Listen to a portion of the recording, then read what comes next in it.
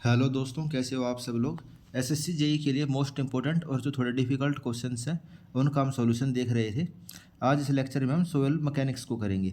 Video start करने से पहले मैं अपना इंट्रोडक्शन दे देता हूँ। एसएससी जेई 2023 में मेरी 8th रैंक थी। ये मेरा रोल नंबर है, आप देख सकते हैं। और इसके अलावा ये सब एग्ज़ाम भी मैंने क्लियर किए हुए हैं। ये शो करने का पर्पज़ ये है कि जो आपको कंटेंट प्रोवाइड किया जा रहा है वो एग्ज़ाम के लिए सफिशियंट है। और ऐसे पढ़ के मैं 2 बार एसएससी जेई क्लियर कर चुका हूँ। तो ठीक है दोस्तों, अब हम अपना सॉल्यूशन शुरू करते हैं। कौन से टाइप का जो रोलर होता है, इक्विपमेंट होता है, वो किस टाइप की सॉइल के लिए सूटेबल होता है, वो हम लास्ट लेक्चर में देख चुके हैं। नेक्स्ट क्वेश्चन से हम स्टार्ट करते हैं। The maximum bulking of sand occurs at a water content between. तो बल्किंग ऑफ जो सैंड होती है वो किस वाटर कंटेंट पे सबसे ज़्यादा होती है, तो वो होती है दोस्तों 4 से 5% वाटर कंटेंट के आसपास। और दोस्तों बल्किंग होती क्या है, जैसा कि नाम से भी पता चल रहा है, bulking is the increase in the volume of the given mass of the sand. तो जो सैंड का मास होता है, वॉल्यूम होती है, वो इंक्रीज हो जाती है। किस वजह से होती है, उसके अंदर सरफेस टेंशन आता है। जो ये मॉइस्चर कंटेंट है 4 से 5% मॉइस्चर कंटेंट, एक वाटर पार्टिकल ये है, एक ये, तो यहाँ पे जो इसके अंदर पानी आ जाएगा, ये ऐसे खींचेंगे particle, surface tension, water force लगाएगा, और इन जो इसकी वॉल्यूम है, वॉल्यूम इंक्रीज हो जाएगी। इस फिनोमिना को हम क्या कहते हैं, इस फिनोमिना को हम बल्किंग ऑफ सैंड कहते हैं। और 4 से 5% वाटर कंटेंट पे सबसे ज़्यादा होता है।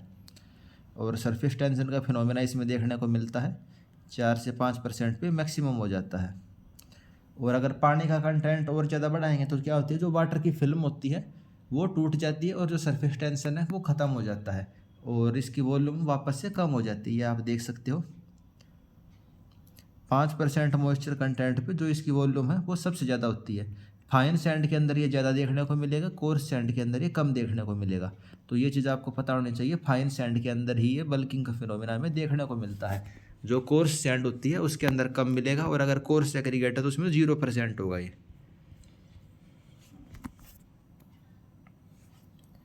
Next question. नेक्स्ट क्वेश्चन है दोस्तों, जो सीपेज वेलोसिटी है और डिस्चार्ज वेलोसिटी है उसके बीच में क्या रिलेशन होगा। तो दोस्तों एक तो होती है डिस्चार्ज वेलोसिटी। डिस्चार्ज वेलोसिटी कैसे, जैसे ये एक ब्लॉक है, इस ब्लॉक के अंदर से पानी जाने लग रहा है, और इसके अंदर ये मिट्टी के पार्टिकल हैं। तो जो डिस्चार्ज वेलोसिटी वो क्या होगी, जो डिस्चार्ज है divide by complete area, divide by complete area. Complete area कौन सा, जो इसका क्रॉस सेक्शन एरिया है। लेकिन एक्चुअल में जो पानी है, पानी तो जो ये जगह है इसके बीच में यहीं से तैरता हुआ जाएगा, तो एक्चुअल वेलोसिटी इसके बराबर थोड़ी ना होगी। तो जो एक्चुअल वेलोसिटी वो किसके बराबर होगी, जो डिस्चार्ज वेलोसिटी है डिवाइड बाय पोरोसिटी। इसको आप एक्चुअल वेलोसिटी कहिए या फिर सीपेज वेलोसिटी कहिए, ये एक ही चीज़ है। वो किसके बराबर होगी, actual velocity divide by porosity. तो ये पॉइंट आपको पता होना चाहिए, इंपॉर्टेंट है, इससे पेपर में क्वेश्चन आता है। Actual velocity is known as seepage velocity. Actual velocity को हम सीपेज वेलोसिटी कहते हैं, और वो किसके बराबर होती है, discharge velocity divide by porosity. और पोरोसिटी आपको पता है क्या होती है, पोरोसिटी होती है, पोरोसिटी क्या होती है, volume of void upon total volume of the soil. तो ये चीज़ आपको पता है। Next question, overall value of the coefficient of permeability of A soil deposit for a large area में बी डिटरमाइन बाय। तो जो कोफिशिएंट ऑफ परमिएबिलिटी है बहुत लार्ज एरिया का, वो आप किस मेथड से निकाल लोगे, तो आप निकाल लोगे पंपिंग आउट टेस्ट से। कौन से टेस्ट से, पंपिंग आउट टेस्ट से। कौन सा टेस्ट होगा ये, पंपिंग आउट टेस्ट होगा। क्योंकि आपको बहुत लार्ज एरिया के लिए परमिएबिलिटी निकालनी है, तो आप क्या करोगे, वहाँ पे कुएं खोद दोगे, क्या करोगे, वेल कंस्ट्रक्ट करोगे। 10 मीटर के डिस्टेंस पे या 20 मीटर के जो भी आपने डिस्टेंस लिया, 2 या 3 वेल कंस्ट्रक्ट करते हैं, और उससे पानी हम खींचते हैं पंप लगाकर। और ये तो आपको पता ही है, किसी चीज़ को ख़त्म करना आसान होता है इन कंपैरिजन टू उसको बढ़ाने के। तो पंप आउट टेस्ट, हम पानी को निकाल लेते हैं वहाँ से। और देखते हैं इस मेथड से, जो लार्ज इंजीनियरिंग प्रोजेक्ट होते हैं उसके लिए परमिएबिलिटी हम पंपिंग आउट टेस्ट के लिए निकालते हैं। होमोजेनियस और कोर्स ग्रेन सोयल के लिए अच्छा होता है ये। However this test is very costly and justified for the large project. तो जो लार्ज प्रोजेक्ट केवल उसी के लिए करते हैं क्योंकि ये कॉस्टली होता है ये। और जो फॉर्मूला होता है परमिएबिलिटी का, वो हम कैसे निकाल लेंगे, जैसे कि ये आप डायग्राम देखिए, आपने ज़मीन के अंदर एक वेल कंस्ट्रक्ट कर दिया, यानी कि एक कुआं बना दिया आपने, जिसका जो डायमीटर है वो कितना है, 2 × 2r, जिसका डायमीटर कितना है, 2r के बराबर है। क्या हुआ, आपने डिस्चार्ज निकाला इससे, क्या हुआ, आपने डिस्चार्ज निकाला, तो वाटर लेवल क्या हुआ, कुएं के अंदर कम हो जाएगा। जो आसपास की मिट्टी है वहाँ से भी पानी खींच खींच के कुएं के अंदर आने लगेगा और एक लाइन बन जाती है जो वाटर टेबल की है। जैसे इस डायग्राम में आपको लाइन दिखने लग रही है ये किस चीज़ की लाइन है भाई, वाटर टेबल आफ्टर पंपिंग। पहले वाटर टेबल कुछ आपकी यहाँ थी इस वाली लाइन के पास, पहले यहाँ थी और वाटर टेबल कम होके यहाँ आ गई। तो ये चीज़ आप समझ गए होगे। और दो डिस्टेंस पे हम वो देख लेते हैं, एक R1 डिस्टेंस के ऊपर कितना डिस्चार्ज आया है और R2 डिस्टेंस के ऊपर जो S क्या है, S क्या है, ये आपको S1 दिखाई दे रहा है, S2 दिखाई दे रहा है, ये क्या है भाई, ड्रॉ डाउन कितना हुआ है, वाटर टेबल कितनी कम हुई है। और जो इसका फॉर्मूला है ये आपको फॉर्मूला याद होना चाहिए। प्री के अंदर भी आ सकता है कि विच of the following is the correct formula, इस टाइप से करके, और मेंस के अंदर इससे डायरेक्ट क्वेश्चन भी आ सकता है। अनकन्फाइंड एक्वीफर के लिए क्या फॉर्मूला होगा, जैसा कि आपको इसके अंदर दिख रहा है 2.303 क्यू यानी कि discharge log R2/R1 divide by pi H2 का स्क्वायर माइनस H1 का स्क्वायर। तो क्या वो तो आपके पास डिस्चार्ज हो गया, R2 और R1 क्या हो गई, रेडियस हो गई कि भाई R1 रेडियस के ऊपर या फिर R1 डिस्टेंस के ऊपर आपने क्या नोट कर लिया, H1 और H2 नोट कर लिए। H1 और H2 क्या है, वाटर लेवल उस कन्फाइन एक्वीफर के अंदर अब कितना है, मतलब अनकन्फाइन एक्वीफर के अंदर कितना है, या आप देख सकते हो H1 और H2 क्या है, इन एक्वीफर के अंदर ये कितनी हाइट तक पानी अवेलेबल है वो आपने नोट कर लिया। तो जो अनकन्फाइन एक्वीफर है उसके लिए परमिएबिलिटी का फॉर्मूला ये हो जाएगा। उसी तरीके से जो कन्फाइन एक्वीफर है, कन्फाइन यानी कि दो इम्परवियस लेयर के बीच में ये डी डेप्थ ऑफ वाटर है, डी डेप्थ ऑफ वाटर है, इसके अंदर पानी है, ये कन्फाइन एक्वीफर है। और सेम इसका भी जो फॉर्मूला होता है वो आपको याद होना चाहिए, क्या होता है, permeability is equal to 2.303 Q log of R2/R1। ऊपर वाला पार्ट तो सारा वही है, फिर नीचे क्या हो जाएगा, नीचे हो जाएगा 2πD H2 - H1। तो आसान है याद करने, इतने मुश्किल नहीं, आप याद इजीली कर लोगे इनको।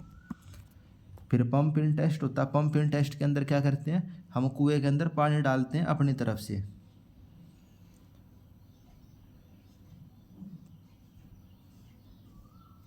ये थोड़ा इकोनॉमिकल होता है ये वाला टेस्ट, लेकिन जो इसके रिजल्ट हैं वो इतने अच्छे नहीं होते। पंप आउट टेस्ट के रिजल्ट अच्छे होते हैं, जो पंप आउट टेस्ट हमने पहले पढ़ा उसके रिजल्ट अच्छे होते हैं। उसके अलावा कांस्टेंट एड परमिएबिलिटी टेस्ट, इसके अंदर जो परमिएबिलिटी का फॉर्मूला होता है वो आप देख सकते हो QL/AH। और कांस्टेंट एड परमिएबिलिटी टेस्ट हम किसके लिए करते हैं, कोर्स ग्रेन सोइल के लिए। कांस्टेंट एड वाला टेस्ट हम किसके लिए करते हैं, कोर्स ग्रेन सोइल के लिए। Constant head permeability test. उसके अलावा वेरिएबल हेड और फॉलिंग हेड परमिएबिलिटी टेस्ट होता है, ये हम किसके लिए करेंगे, ये हम फाइन ग्रेन सोइल के लिए करेंगे। और इसका जो परमिएबिलिटी का फॉर्मूला होता है ये होता है 2.303 LA/A × T log 10 H1/H2। तो ये दो फॉर्मूले तो आपको बिल्कुल याद होने ही होने चाहिए, ये वाला और ये वाला। फिर उसके बाद आपको ये दोनों याद करने हैं जो पंप आउट टेस्ट के हैं, तो ये बहुत इंपॉर्टेंट फॉर्मूले हैं।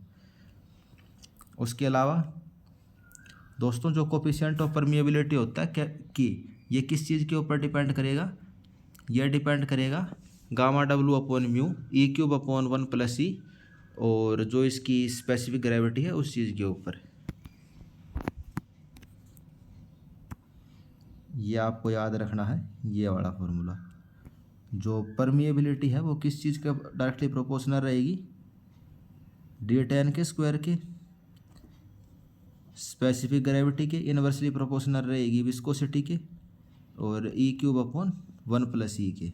तो वही चीज़ यहाँ इन्होंने लिखी हुई है, D10 के स्क्वायर के, γW/μ के, E³ 1 + E के प्रोपोर्शनल रहेगी जो हमारी परमिएबिलिटी है। तो ये फॉर्मूला आपको पता होना चाहिए। इसको हम कोंजी-कारमन इक्वेशन बोलते हैं, इसको हम क्या बोलते हैं, कोजनी-कारमन इक्वेशन। तो पेपर में इससे काफ़ी क्वेश्चन आते हैं, ये आपको पता होना चाहिए। Next question, the unit of the coefficient of consolidation is. तो जो कोफिशिएंट ऑफ कंसोलिडेशन होता है, जिसको हम सीवी से भी लिखते हैं, जिसको हम सीवी से लिखते हैं, उसकी यूनिट क्या होती है? तो दोस्तों उसकी यूनिट होती है सेंटीमीटर स्क्वायर पर सेकंड। उसकी यूनिट होती है सेंटीमीटर स्क्वायर पर सेकंड। यह आपको पता होना चाहिए, सेंटीमीटर स्क्वायर पर सेकंड कोफिशिएंट ऑफ कंसोलिडेशन की ये वाली यूनिट होती है।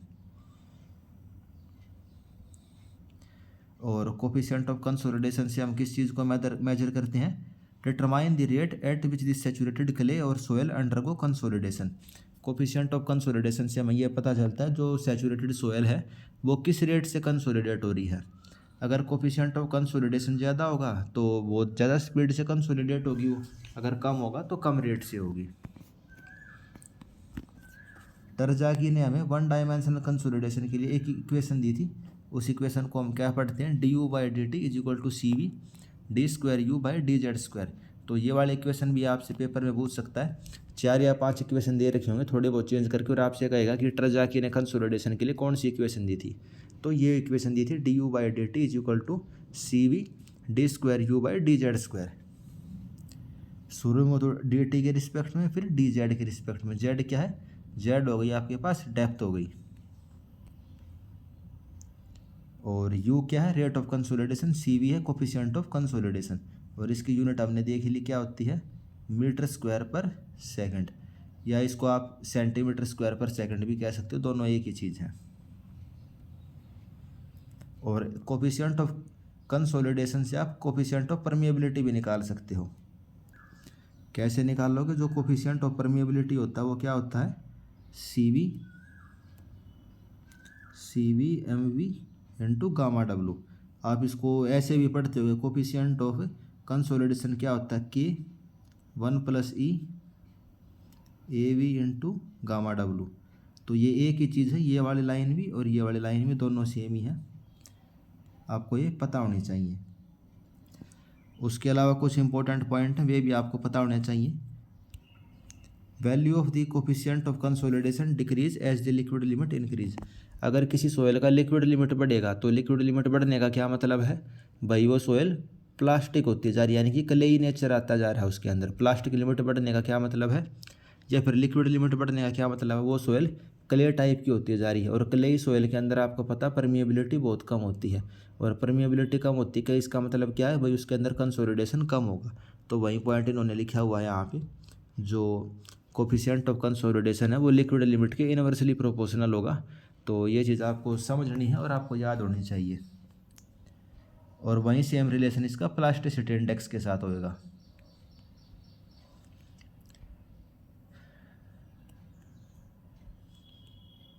उसके अलावा दोस्तों हम एक टाइम फैक्टर भी लेते हैं। टाइम फैक्टर से हम क्या निकालते हैं भाई? कंसोलिडेशन कितनी स्पीड से हो रहा है। और टाइम फैक्टर का जो फॉर्मूला वो आपको पता होना चाहिए, C V T upon D square. Important फॉर्मूले हैं कंसोलिडेशन के, बहुत इंपॉर्टेंट चैप्टर है कंसोलिडेशन सोयल मैकेनिक्स के अंदर। Next question, the consolidation time for soil. तो सोयल्स को जो कंसोलिडेशन होने के अंदर टाइम लगता है वो किस किस चीज़ के ऊपर प्रोपोर्शनल होता है? Increase with the increasing compressibility. तो अगर कंप्रेसिबिलिटी बढ़ेगी तो कंसोलिडेशन टाइम सोयल का कम होगा या ज़्यादा होगा? तो दोस्तों इसके लिए आपको टाइम फैक्टर का जो हमने ऊपर ये फॉर्मूला देखा था, time factor T V is equal to C V T upon D square.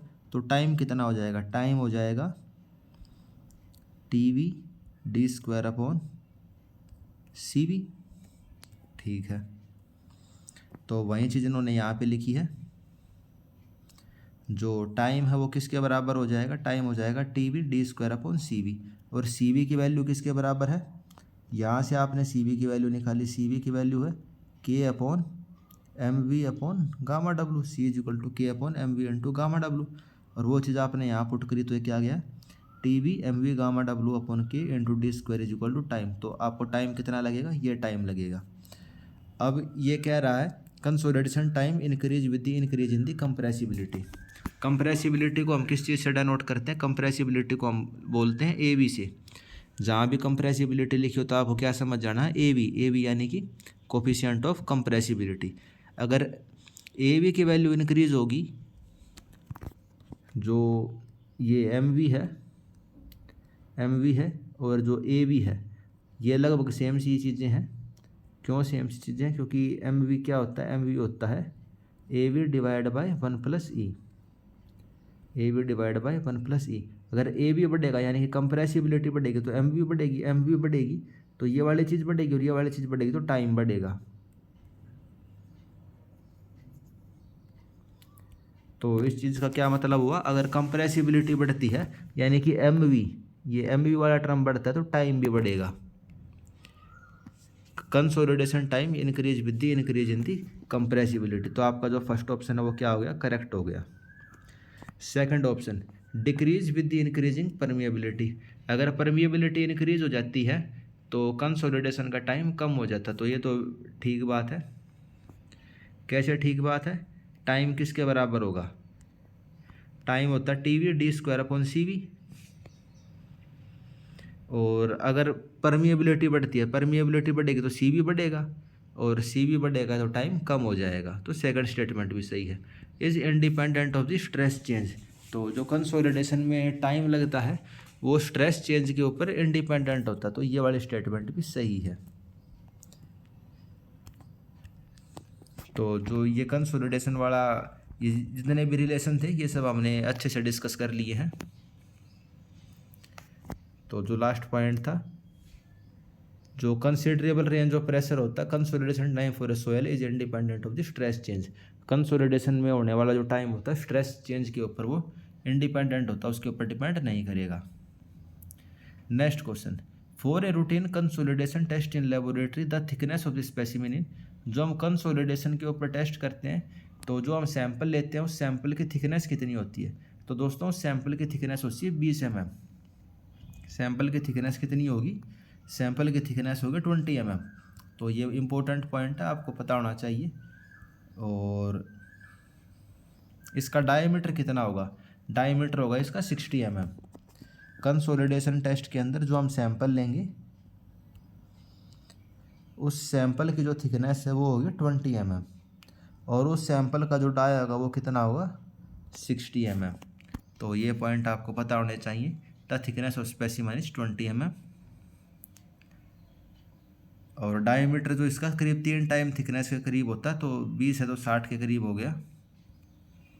Internal diameter of the cell is 60 mm and thickness of the sample is 20 mm। Next question, the rate of consolidation. तो consolidation का जो speed होती है, rate होता है, वो किस चीज़ के ऊपर डिपेंड करेगा, increase with decrease in temperature. जी नहीं, increase with increase in temperature. जी हाँ, तो सेकंड स्टेटमेंट हमारी करेक्ट हो गई, increase with increase in temperature. ऐसा क्यों, क्योंकि टेम्परेचर इंक्रीज करेगा तो परमिएबिलिटी बढ़ेगी, टेम्परेचर बढ़ेगा तो परमिएबिलिटी बढ़ेगी और परमिएबिलिटी बढ़ेगी तो कंसोलिडेशन हमारी इंक्रीज हो जाएगी। तो जैसे कि इसमें देखिए जो परमिएबिलिटी है, परमिएबिलिटी यानी कि के किसके ऊपर डिपेंड करेगी, गामा डब्ल्यू अपॉन म्यू। और म्यू है विस्कोसिटी, विस्कोसिटी इनवर्सली प्रोपोर्शनल होती है टेम्परेचर के। तो परमिएबिलिटी किसके प्रोपोर्शनल होगी, टेम्परेचर के। यानी कि टेम्परेचर बढ़ेगा तो परमिएबिलिटी बढ़ेगी। और कंसोलिडेशन इक्वेशन क्या होती है, K is equal to C V M V gamma W. तो के डायरेक्टली प्रोपोर्शनल हो गया सी वी के। यानी कि परमिएबिलिटी बढ़ेगी तो कोफिशिएंट ऑफ कंसोलिडेशन बढ़ेगा, कोफिशिएंट ऑफ कंसोलिडेशन बढ़ेगा तो रेट ऑफ कंसोलिडेशन बढ़ जाएगी। तो आई होप ये रिलेशन आप समझ पाए होगे। ये बहुत इंपॉर्टेंट रिलेशन है, K is equal to C V M V gamma W. और एम वी किसके बराबर है, एम वी है ए वी अपॉन 1+E के। उसके अलावा जो टाइम फैक्टर है वो किसके बराबर है, C V T upon d²। अगर आपको टाइम वगैरह निकालना है तो आप इस वाले इक्वेशन से निकाल लोगे। और परमिएबिलिटी का और जो कोफिशिएंट ऑफ कंसोलिडेशन है उसका रिलेशन आप इस चीज़ से निकाल लोगे। तो पेपर में 1 या 2 क्वेश्चन आपको इस चीज़ से देखने को मिलेगा ही मिलेगा। Next question, A saturated soil has a compression index of 0.28। तो किसी सैचुरेटेड सोयल का कंप्रेशन इंडेक्स हमें दिया हुआ है 0.28। कंप्रेशन इंडेक्स हो गया आपका सीसी से डिनोट करते हैं, कंप्रेशन इंडेक्स को हम किससे डिनोट करते हैं, सीसी से डिनोट करते हैं।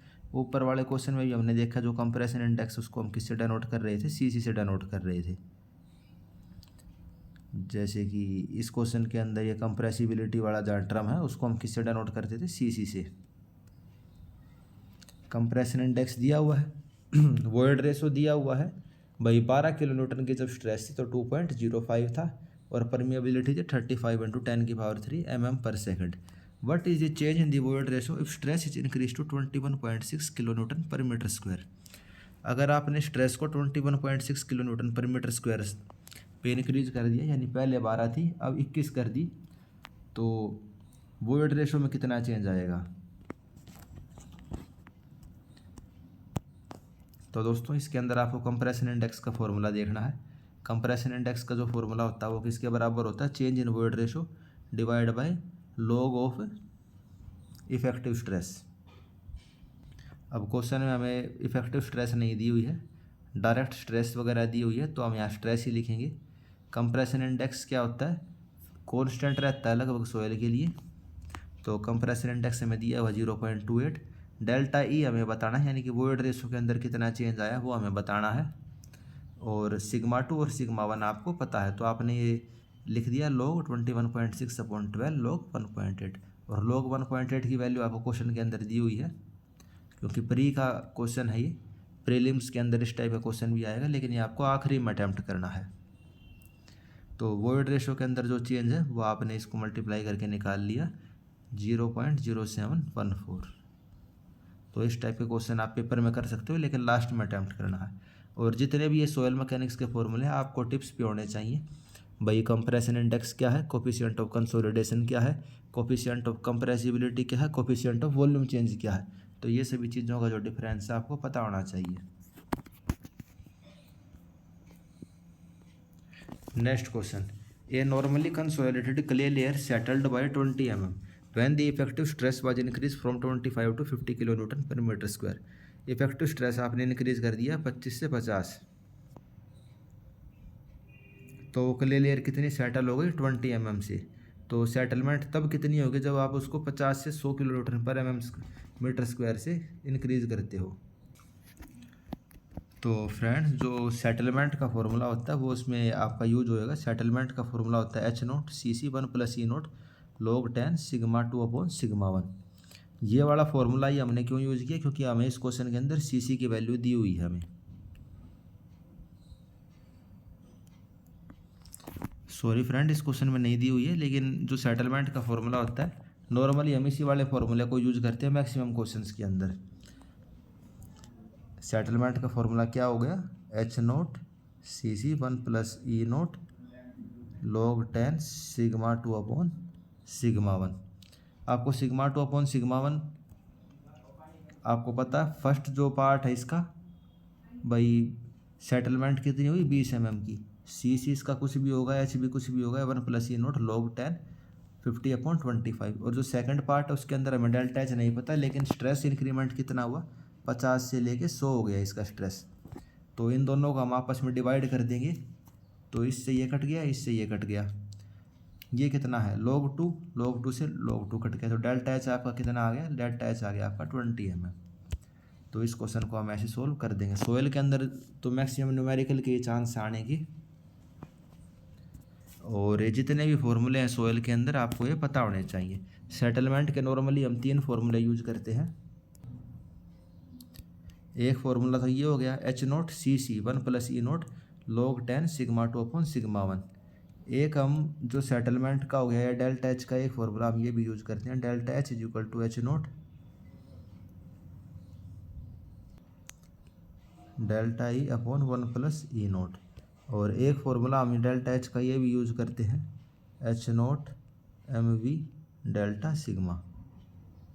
तो 3 फॉर्मूले हो गए डेल्टा H निकालने के, 1 2 और ये तीसरा फॉर्मूला जो हमने देखा। जो भी क्वेश्चन की डिमांड होगी उस हिसाब से हम उसी फॉर्मूले को यूज करेंगे। नेक्स्ट क्वेश्चन, एक टेक्नीशियन है, उसने बताया भाई लिक्विड लिमिट एक अनडिस्टर्ब सोइल का 50% है, तो रेलअप एंड पैक के हिसाब से कंप्रेशन इंडेक्स इस सोइल का कितना होगा। तो दोस्तों जो रेलअप एंड पैक है या फिर ट्रजाकी एंड पैक कहिए आप इसको, अनडिस्टर्ब सोयल्स के लिए कोफिशिएंट ऑफ कंप्रेशन इंडेक्स जो है उसकी वैल्यू क्या होगी 0.009 WL-10 0.009 WL-10 किस चीज़ के लिए अनडिस्टर्ब सोयल के लिए है ये कंप्रेशन इंडेक्स की वैल्यू। हमसे लिक्विड लिमिट हमें क्वेश्चन में कितनी दी हुई है 50%। तो 50 - 10 40 एंड 9 4 जा 36। तो हमारा करेक्ट आंसर क्या हो जाएगा 0.36। तो इस टाइप के क्वेश्चन आप ऐसे सोल्व कर सकते हो। आपको एक फॉर्मूला पता होना चाहिए अनडिस्टर्ब सैंपल के लिए ट्रचा की एंड पैक के हिसाब से 0.009 WL-10। उसके अलावा कंप्रेशन इंडेक्स किसके बराबर होता है ये तो हम पहले ही देख चुके हैं। डेल्टा ई किसके बराबर होता है delta E divide by log 10 sigma 2 upon sigma 1, या फिर आप इसको ऐसे भी लिख सकते हो E1 - E2 upon log 10 sigma 2 minus log 10 sigma 1। ई वर्सेस log 10 का जो कर्व होता है उसका जो स्लोप होता है वो हमें क्या बताता है कंप्रेशन इंडेक्स को बताता है। और अगर कंप्रेशन इंडेक्स बढ़ेगा, कंप्रेशन इंडेक्स नहीं वो कंप्रेसिबिलिटी, अगर कंप्रेसिबिलिटी बढ़ेगी तो कंसोलिडेशन क्या होगा, कंसोलिडेशन के अंदर जो टाइम लगता है वो हमारा ज़्यादा टाइम लगेगा। बच्चे इस चीज़ में कंफ्यूज हो जाते हैं कि भाई कंप्रेसिबिलिटी बढ़ेगी तो टाइम कैसे कम लगेगा, लेकिन वो चीज़ हम यहाँ देख सकते हैं। अगर कंप्रेसिबिलिटी बढ़ेगी तो टाइम हमारा क्या होगा इंक्रीज़ हो जाएगा। कंप्रेसिबिलिटी बढ़ेगी तो टाइम हमारा क्या होगा इंक्रीज़ होगा। उसके अलावा अनडिस्टर्ब सैंपल के लिए तो हमने देख लिया, अनडिस्टर्ब के लिए कितना 0.009 WL-10, और अगर डिस्टर्ब सैंपल होगे तो उसके लिए कितना हो जाएगा 0.007 WL-7। अगर हमारी सोइल डिस्टर्ब्ड है तो कितना हो जाएगा 0.007 WL-7। उसके अलावा वॉइड रेशो के ऊपर ये वाला रिलेशन बनता है लेकिन इम्पोर्टेंट ये दोनों हैं, पेपर में अभी तक ये दोनों नहीं आए हैं। अगर आपने फॉर्मूला याद नहीं किया अब तक तो आपको ये दोनों बहुत अच्छे से याद कर लेना है। अगर आपको सब कुछ याद है तो आप इन दोनों को भी याद कर सकते हो। अनडिस्टर्ब सैंपल के लिए 0.4 ब्रैकेट में E0 - 0.25, और ये चीज़ आपको याद रखनी कोफिशिएंट जो कंप्रेशन इंडेक्स होता है इसकी कांस्टेंट वैल्यू होती है। कंप्रेशन इंडेक्स की वैल्यू कांस्टेंट होती है और ये इफेक्टिव स्ट्रेस के साथ चेंज नहीं करता, इफेक्टिव स्ट्रेस के साथ ये चेंज नहीं करता। जैसे कि AB होता है, AB क्या होता है ये कोफिशिएंट ऑफ कंप्रेशन हो गया, और इसकी वैल्यू किसके बराबर होती है delta E upon delta sigma. ये इफेक्टिव स्ट्रेस के ऊपर चेंज करेगा। अगर इफेक्टिव स्ट्रेस की वैल्यू चेंज हो गई तो AB की वैल्यू चेंज हो जाती है, लेकिन जो ये CC की वैल्यू है ये चेंज नहीं होगी, ये चेंज नहीं होती इफेक्टिव स्ट्रेस के साथ। तो आपको याद रखना है। Next question, in triaxial compression test on a soil specimen the intermediate principal stress is equal to. तो ट्राईएक्सियल कंप्रेशन टेस्ट के अंदर इंटरमीडिएट प्रिंसिपल स्ट्रेस किसके इक्वल होगा, वो होगा माइनर प्रिंसिपल स्ट्रेस के। वो इस किसके इक्वल होगा माइनर प्रिंसिपल स्ट्रेस के। दोस्तों आपको पता है कोई एलिमेंट है उसके ऊपर 3 टाइप के स्ट्रेस लगते हैं। कोई एलिमेंट है उसके ऊपर हमारे 3 टाइप के स्ट्रेस लगेंगे। एक तो मेजर वाला स्ट्रेस हो जाएगा सिग्मा 1, एक हो जाएगा माइनर वाला सिग्मा 3, और एक जो तीसरा प्लेन बच गया उसके ऊपर कौन सा लगेगा सिग्मा 2। तो सिग्मा 1 मेजर, सिग्मा 3 माइनर, और जो सिग्मा 2 होता है इसको हम क्या बोलते हैं इंटरमीडिएट स्ट्रेस। तो जो इंटरमीडिएट प्रिंसिपल स्ट्रेस होता है ट्राईएक्सियल टेस्ट में वो किस चीज़ के बराबर होगा, वो होगा आपका माइनर प्रिंसिपल स्ट्रेस के। वो किसके बराबर होगा माइनर प्रिंसिपल स्ट्रेस के। तो इस चीज़ का क्या मतलब हुआ, इसका मतलब हुआ sigma 2 is equal to sigma 3 और is equal to confining pressure, is equal to confining pressure. Sigma 2 sigma 3 के इक्वल होगा और ये दोनों किसके इक्वल होंगे कन्फाइनिंग प्रेशर के। कन्फाइनिंग प्रेशर का क्या मतलब हुआ, जो आपने सोयल का सैंपल लिया है उसके ऊपर जो आप चारों तरफ से वाटर का प्रेशर लगा रहे हो ना उसको हम क्या बोल रहे हैं कन्फाइनिंग प्रेशर, और वे किसके बराबर होगा सिग्मा 2 और सिग्मा 3 दोनों एक दूसरे के इक्वल होंगे।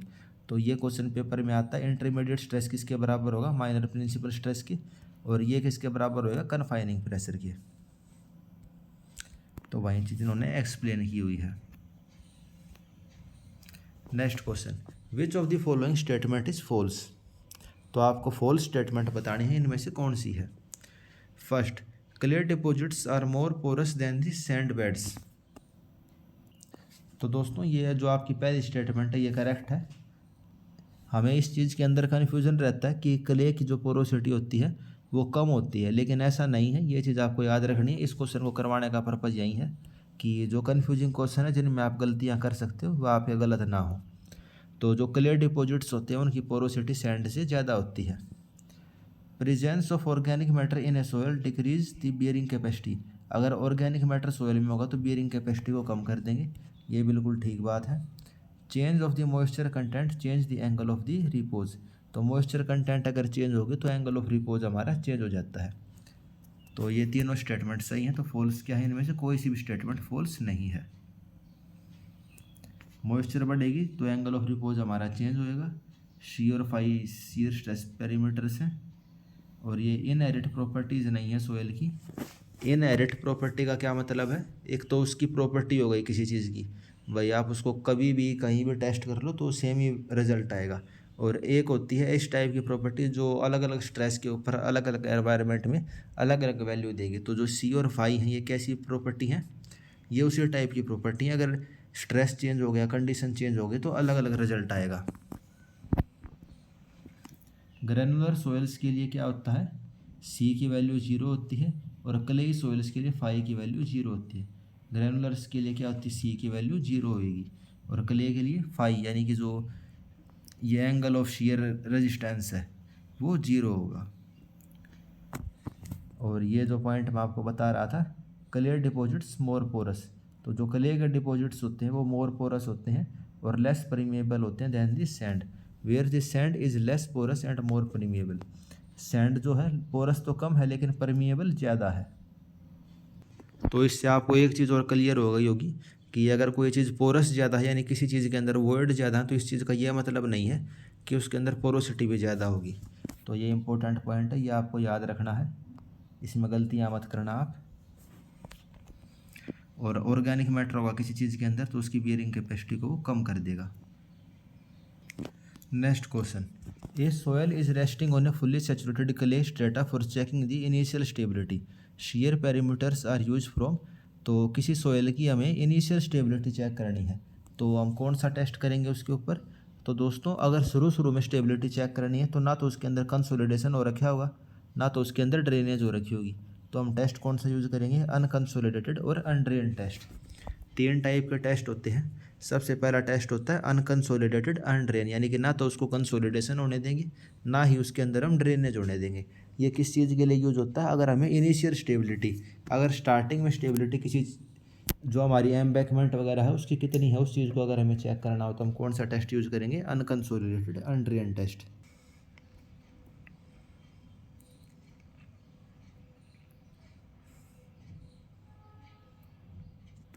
तो जो शॉर्ट टर्म स्टेबिलिटी है वो वहीं बताई हुई है। शॉर्ट टर्म स्टेबिलिटी हम इस टेस्ट के अंदर चेक करते हैं इमीडिएटली आफ्टर कंस्ट्रक्शन, और इसके अंदर हम क्या करते हैं, टोटल स्ट्रेस एनालिसिस को हम करते हैं। टोटल स्ट्रेस एनालिसिस को क्यों करेंगे, क्योंकि पुअर वाटर प्रेशर तो डेवलप इसके अंदर होता ही नहीं है। Next question, the equation tau is equal to C plus sigma tan phi is given by. तो जो इक्वेशन है tau is equal to C plus sigma tan phi ये किसने दी थी, तो ये वाली इक्वेशन दी थी दोस्तों कुलाम ने दी थी। ये इक्वेशन हमें किसने दी थी, कुलाम ने दी थी।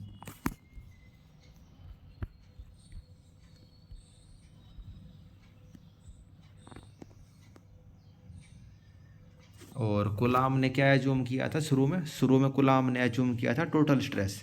कुलाम ने एज्यूम क्या किया था, टोटल स्ट्रेस पेरीमीटर को। लेकिन बाद में हमें पता चला कि हमें इफेक्टिव स्ट्रेस लेना होता है। Next question, unconfined compressive strength test is. तो अनकन्फाइन कंप्रेसिव स्ट्रेंथ का जो टेस्ट होता है वो किस टाइप का टेस्ट होता है, वो ड्रेन टेस्ट होता है या अनड्रेन टेस्ट होता है। तो दोस्तों वो होगा अनड्रेन टेस्ट।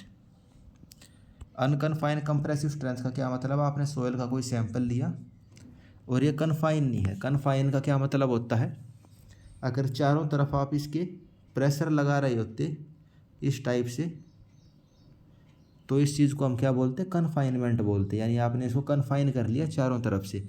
लेकिन अनकन्फाइन का क्या मतलब है, कोई भी यहाँ इसके ऊपर स्ट्रेस नहीं लग रहा, कोई भी कन्फाइनमेंट नहीं है, सीधा आपने यहाँ पे फोर्स लगाया है इसके, और अब चेक करेंगे कि ये कितने स्ट्रेस के ऊपर फेल हो जाता है।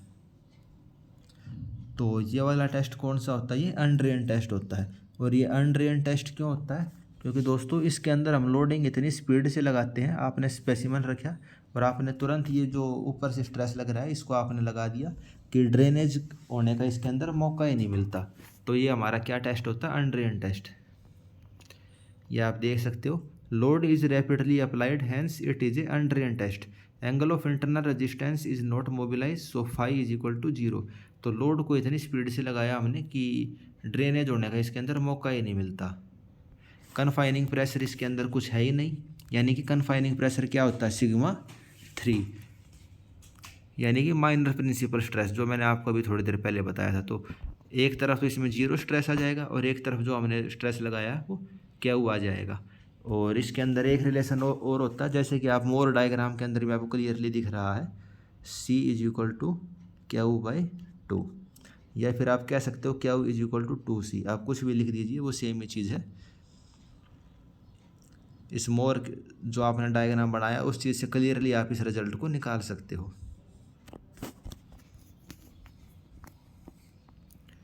Next question, this cell pressure and pore water pressure is increase from 0.1 to 0.26। जो सेल का प्रेशर है यानी कि कन्फाइनिंग प्रेशर है, पानी का प्रेशर है स्पेसिमन के ऊपर, वो आपने इंक्रीज कर दिया 0.1 से 0.26, और पोर वाटर प्रेशर इंक्रीज हो रहा है 0.07 से 0.15। तो Skempton pore pressure is given by, तो जो स्कैम्पटन पोर प्रेशर का कोफिशिएंट कहना चाह रहा है, स्कैम्पटन पोर प्रेशर जो कोफिशिएंट है वो किस चीज़ से देंगे हम। तो दोस्तों स्कैम्पटन पोर प्रेशर जो पेरीमीटर होता है उसका फॉर्मूला होता है, वो फॉर्मूला आपको पता होना चाहिए। और उसको हम किस चीज़ से डेनोट करते हैं, उसको हम बी से डेनोट करते हैं, स्कैम्पटन पोर प्रेशर पेरीमीटर। ये किसके बराबर होता है, delta U upon delta sigma 3, delta U upon delta sigma 3। तो आपको डेल्टा यू पता है कि कितना चेंज हुआ, 0.15 माइनस 0.07, और डेल्टा सिग्मा 3 आपको पता है ये कितना चेंज हुआ। आप इन दोनों की वैल्यू यहाँ पुट कर दोगे तो स्कैम्पटन पोर प्रेशर पेरीमीटर हमारा कितना आ जाएगा, 0.5। डेल्टा यू यानी कि पोर वाटर प्रेशर, और डेल्टा सिग्मा 3 जो सेल का प्रेशर है, जो कन्फाइनिंग प्रेशर है। तो ये आ गया आपका 0.5। ये नई चीज़ थी, तो आपको ये पता होना चाहिए जो स्कैम्पटन पोर प्रेशर पेरीमीटर होता है वो delta U upon delta sigma 3 होता है।